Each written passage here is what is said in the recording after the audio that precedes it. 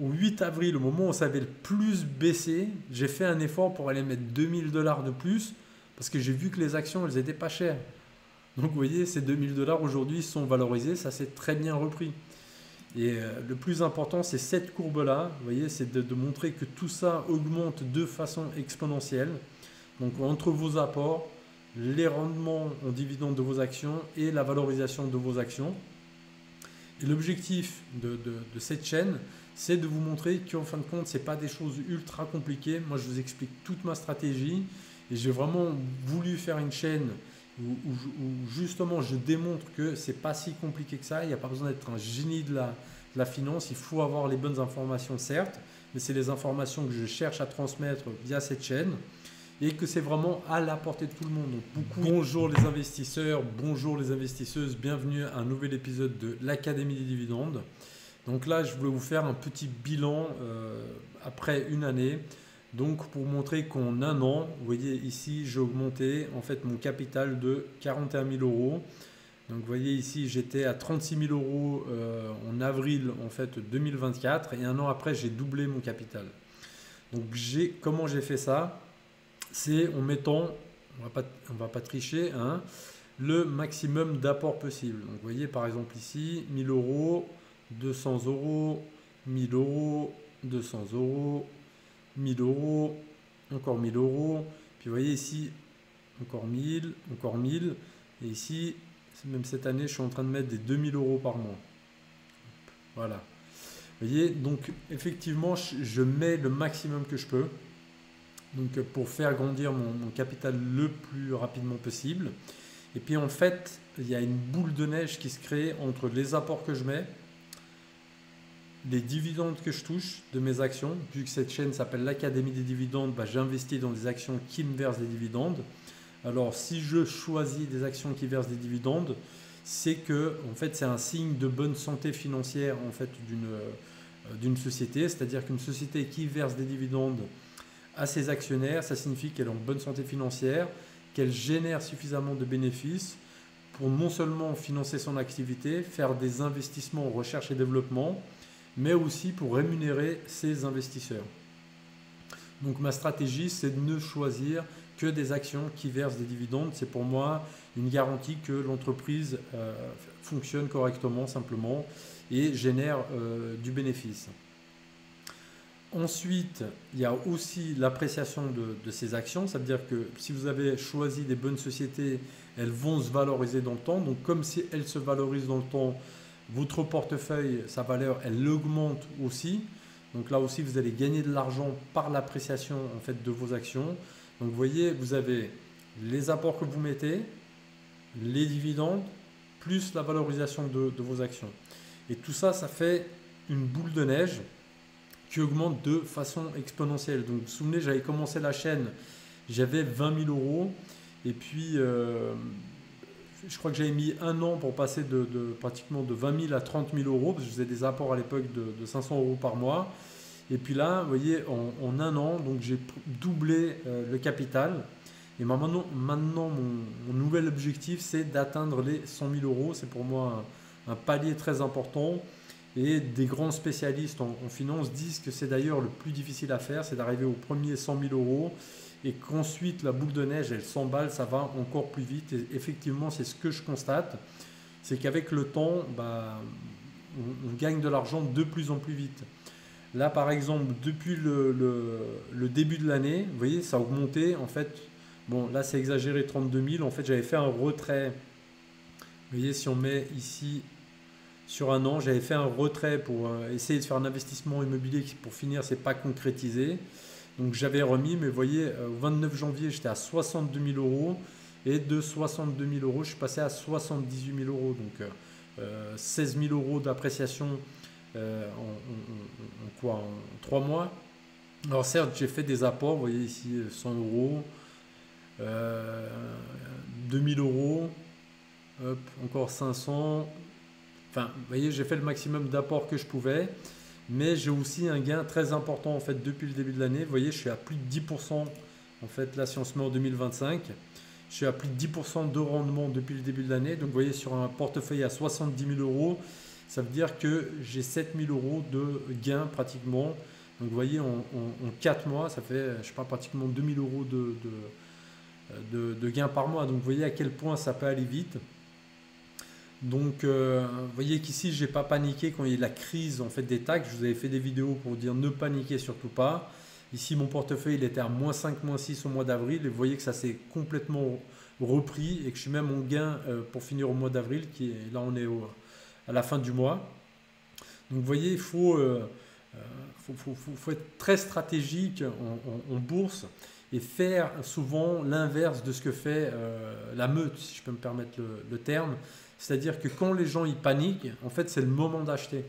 Et quand les gens sont dans l'euphorie, qui pensent que les actions, ça va monter à l'infini, vous voyez, les Nvidia, les Tesla, etc., c'est le moment de vendre.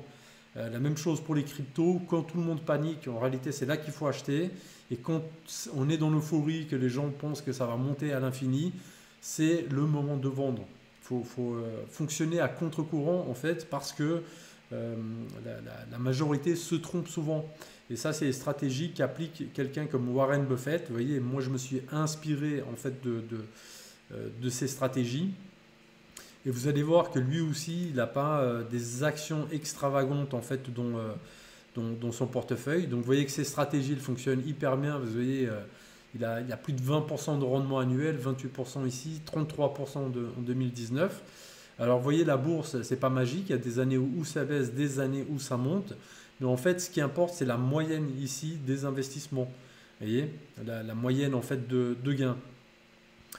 Et là, vous voyez que cette année, par exemple, lui, il est dans le rouge. Mais j'ai aucun doute, il va se refaire les années suivantes. Et quand vous allez voir son portefeuille, il n'y a pas des choses extravagantes, des sociétés que personne ne connaît. Mais vous voyez, des grosses entreprises comme Visa, comme Mastercard, Coca-Cola. Vous voyez, Coca-Cola, il détient ça depuis 50 ans pratiquement. Il a acheté ses actions 3 fois rien du tout. Je crois qu'il les avait payées 3 $. Aujourd'hui, elles valent 70 $. Donc, vous voyez, là, c'est sûr que vous allez vous enrichir. C'est ça qui l'a rendu milliardaire. Mais c'est sur la constance. Vous voyez, il a acheté des actions, il les a gardées pendant des décennies. Alors que la plupart des gens, ils achètent des actions. Ça baisse de 10 ou 20%, ils paniquent, ils vendent, ils vont racheter d'autres actions, ça baisse, ils vendent, et ainsi de suite, et ils perdent tout leur capital. Donc en fait, ce qu'il faut, c'est choisir des bonnes actions. Si vous savez que vous avez choisi des bonnes actions, ne les vendez pas. Si elles baissent, tant mieux, vous les achetez moins cher. Vous savez que vous avez acheté des bonnes actions pas chères, et gardez-les le maximum possible, elles vont se reprendre. Je vais vous donner un exemple ici dans mon portefeuille. Donc, vous voyez que moi aussi, j'ai que des très grosses sociétés. Donc là, du S&P 500, cette année, il est en négatif à cause justement des taxes et des histoires de négociation des taxes de Trump. Mais je sais que ça va se refaire. En moyenne, ça fait plus de 10% par année. Donc si cette année, le prix baisse, tant mieux. Je vais acheter du S&P 500 pas cher. Et quand le prix va se reprendre, je vais gagner de l'argent. J'ai Électricité du Portugal, j'ai AXA, Veolia Environnement, Realty Income, qui est une entreprise qui investit dans l'immobilier. J'ai acheté cette action qui me verse en fait des dividendes tous les mois. Rio Tinto qui est dans les mines, Val. Nouveauté de mon portefeuille, j'ai des crypto-monnaies, donc de l'Ethereum et du Bitcoin. Le but, c'est de détenir à peu près 10% du portefeuille en crypto-monnaie. Donc là, vous voyez que j'ai 5000 $ en fait sur le Bitcoin. Sur l'Ethereum, j'ai un peu plus et j'attends qu'il repasse en positif pour vendre à peu près 2500. Et l'idée, c'est d'avoir 10%. Donc, je vais garder deux positions de 5000 en crypto-monnaie. Et puis, je suis en train d'acheter du BMW. Vous voyez, BMW, pour l'instant, là, j'ai que 3000 $ dessus. Mais je vais renforcer cette position. Pourquoi? Regardez, BMW. Donc, c'est une entreprise qui verse un dividende de pratiquement 6%. Le bénéfice par action, il est de 11 $. Eux, ils ne versent que 4%, en 4 $, on va dire, en dividendes. Ça veut dire que tout le reste, ils sont en train de le réinvestir en recherche et développement, en construisant des nouvelles usines, donc pour que l'entreprise, elle continue à grandir. Et surtout, le ratio, pour moi, un des plus importants. Vous voyez, en fait, il n'y a pratiquement que deux choses que je regarde. Déjà, je vais choisir des entreprises qui sont leaders du marché. Ensuite, je vais choisir des entreprises qui versent des bons dividendes parce que ça veut dire que c'est des entreprises leaders du marché qui sont dans une bonne situation financière vu qu'ils arrivent à verser des dividendes. Et il faut que j'achète ces actions à un prix qui soit en fait pas cher. En action pratiquement, j'ai envie de dire. Vous voyez ici, ce ratio il sert à quoi? En fait, si vous multipliez les 11 dollars ici fois ce ratio de 6,62, vous avez le prix de l'action.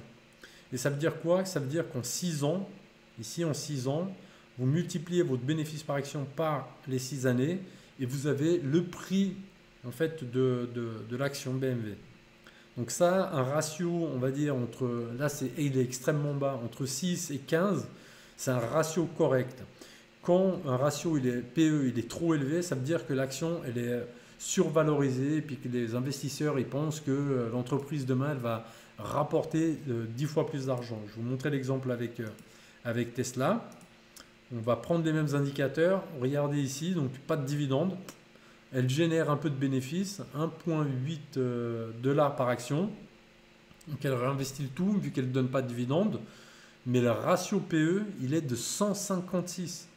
Donc rendez-vous compte la folie. Donc ça veut dire qu'il faut que l'entreprise génère 1,80 $ pendant 156 années pour que vous retrouviez votre investissement de 284 $. Donc vous voyez, ça c'est parce que les gens ils pensent que Tesla va tellement grandir que demain, au lieu que le bénéfice par action il soit de 1,8 $, il sera de 50 $. Mais Warren Buffett, par exemple, il ne va jamais investir dans des sociétés comme ça. Au contraire, il investit dans des sociétés qui sont solides, qui versent des dividendes et qui l'achètent à un prix pas cher. Et moi, j'ai lu beaucoup de livres en fait sur la bourse et c'est vraiment une des clés du succès, c'est d'acheter des actions à un bon prix, donc avec un ratio PE qui est très bas. Donc tout ça pour vous dire que vous voyez, cette stratégie, elle fonctionne très bien. Donc vous voyez ici, vous voyez la baisse qu'il y a eu durant le courant du mois d'avril avec la crise des taxes. J'ai été descendu, vous voyez, à 68 000 $ au 9 avril. Et regardez ici, ça a repris 10 000 $ pratiquement, vous voyez, de 68 à 78 000 $ en quelques semaines. Vous voyez, les crises, elles sont normales, il ne faut pas paniquer, il ne faut pas vendre, il faut attendre. Moi, j'ai profité, vous voyez, pour vous montrer que je ne suis pas en train de vous faire du blabla. Au 8 avril, au moment où ça avait le plus baissé, j'ai fait un effort pour aller mettre 2 000 $ de plus parce que j'ai vu que les actions, elles n'étaient pas chères. Donc, vous voyez, ces 2 000 $ aujourd'hui sont valorisés, ça s'est très bien repris. Et le plus important, c'est cette courbe-là, vous voyez, c'est de montrer que tout ça augmente de façon exponentielle. Donc, entre vos apports, les rendements en dividendes de vos actions et la valorisation de vos actions. Et l'objectif de cette chaîne, c'est de vous montrer qu'en fin de compte, ce n'est pas des choses ultra compliquées. Moi, je vous explique toute ma stratégie et j'ai vraiment voulu faire une chaîne où justement je démontre que ce n'est pas si compliqué que ça. Il n'y a pas besoin d'être un génie de la finance. Il faut avoir les bonnes informations, certes, mais c'est les informations que je cherche à transmettre via cette chaîne et que c'est vraiment à la portée de tout le monde. Donc, beaucoup ils vont se dire oui, mais moi je ne peux pas apporter 1 000 € par mois ou 2 000 € par mois, certes. Mais en fait, vous devez commencer avec ce que vous avez. Vous voyez, si vous pouvez mettre 100 € par mois, commencez par 100 €, ensuite 200, 500, 1000. Vous voyez, et petit à petit, vous allez vous aussi créer votre boule de neige. Et plus vous allez commencer à investir, plus vous allez voir votre patrimoine grandir, plus vous aurez envie qu'il grandisse et vous allez vous débrouiller, vous allez trouver des façons de gagner plus d'argent, de pouvoir augmenter vos apports, pour pouvoir épargner de plus en plus. Moi, quand j'avais commencé cette chaîne, je mettais des 500 € par mois. Aujourd'hui, j'en suis à mettre des 2 000 € par mois. Et le fait de voir en fait mon capital grimper m'incite à mettre le maximum possible. Vous voyez, au lieu d'aller me payer, je sais pas, une voiture de luxe, je préfère voir mon capital en bourse qui augmente parce que tout ça, c'est ce qui construit ma fortune de demain. Et c'est de la gratification différée, c'est-à-dire au lieu de se faire plaisir aujourd'hui, j'économise cet argent pour que demain, éventuellement, je puisse en vivre. Moi, c'est mon objectif, c'est qu'un jour, je puisse vivre de mes placements. Ça veut dire que mon portefeuille rapportera suffisamment d'argent pour me permettre, alors pas de rien faire, mais en fait de faire ce que j'ai envie de faire, de pouvoir voyager, de pouvoir être maître de mon temps, de mon emploi aussi, de choisir le travail que j'ai envie de faire. Donc vous voyez, je mets le maximum parce que j'ai cet objectif en tête. Donc voilà, j'ai écrit un livre où j'explique un peu toute cette stratégie et toute ma philosophie en fait par rapport aux investissements et de façon plus large. C'est un livre sur l'éducation financière. Donc si Ce livre peut vous intéresser, je vais vous laisser un lien en bas de cette vidéo. Si vous voulez vous aussi vous lancer en investissement, je vais vous laisser un lien vers eToro. Et puis finalement, si aucune de ces deux choses ne vous intéresse, mettez un petit pouce, mettez un commentaire, ça aide au référencement de la chaîne afin d'augmenter cette petite communauté. Et puis vous voyez, c'est vraiment une aventure qu'on fait ensemble. Je voulais, et c'est peut-être la première fois que je vois une chaîne qui fait ça, c'est-à-dire de commencer de tout en bas. J'avais commencé la chaîne, je crois que j'avais 20 000 € sur le portefeuille, et de montrer que c'est possible en commençant avec un petit capital d'arriver à à des très grosses sommes. Donc pour l'instant, moi mon objectif c'est les 100 000 €, mais après les 100, on va couvrir après les 150, les 150, les 200, et vous allez voir que tout ça va aller de plus en plus vite. Et c'est ça aussi que je voulais vous montrer, c'est la magie des intérêts composés dans la pratique, de montrer qu'effectivement ça fonctionne. Plus le temps va, si vous voulez, on va aller de l'avant, plus on va avancer dans le temps, plus les gains seront importants et plus ils sont rapides. Et ça, vous le constaterez. Vous pouvez déjà le constater en suivant cette chaîne, parce que j'ai mis un an pour passer de 20 000 à 30 000 €. Et là, en une année, je passais pratiquement de 35 000 € à 78 000 €. Donc, j'ai doublé mon capital en un an. Alors, c'est tellement beau que je n'ose même pas dire que d'ici un an, j'aurai doublé à 140 000. Mais déjà, si d'ici la fin de l'année, je suis à 100 000, ce sera déjà très bien. Et ce sera encore une preuve que cette stratégie fonctionne. Donc ici, vous pouvez voir qu'il y a une perte, mais c'est depuis que j'ai fait la dernière rotation de mon portefeuille, parce que ça arrive de temps à autre que je change un peu ma stratégie, je change les actions qui sont dans mon portefeuille, parce que si je vois que les fondamentaux pour lesquels j'ai acheté une action, ils ne sont plus là, je vais changer ces actions-là. Exemple, je choisis des actions qui versent des dividendes. Si d'un coup l'entreprise commence à avoir des mauvais résultats financiers et puis qu'elle ne verse plus les dividendes aussi bons qu'elle versait par le passé, je vais remplacer cette action par une autre qui me rapporte des dividendes. Et puis s'il y a moyen en plus de faire une plus-value parce que l'action se sera valorisée, ce sera une excellente chose.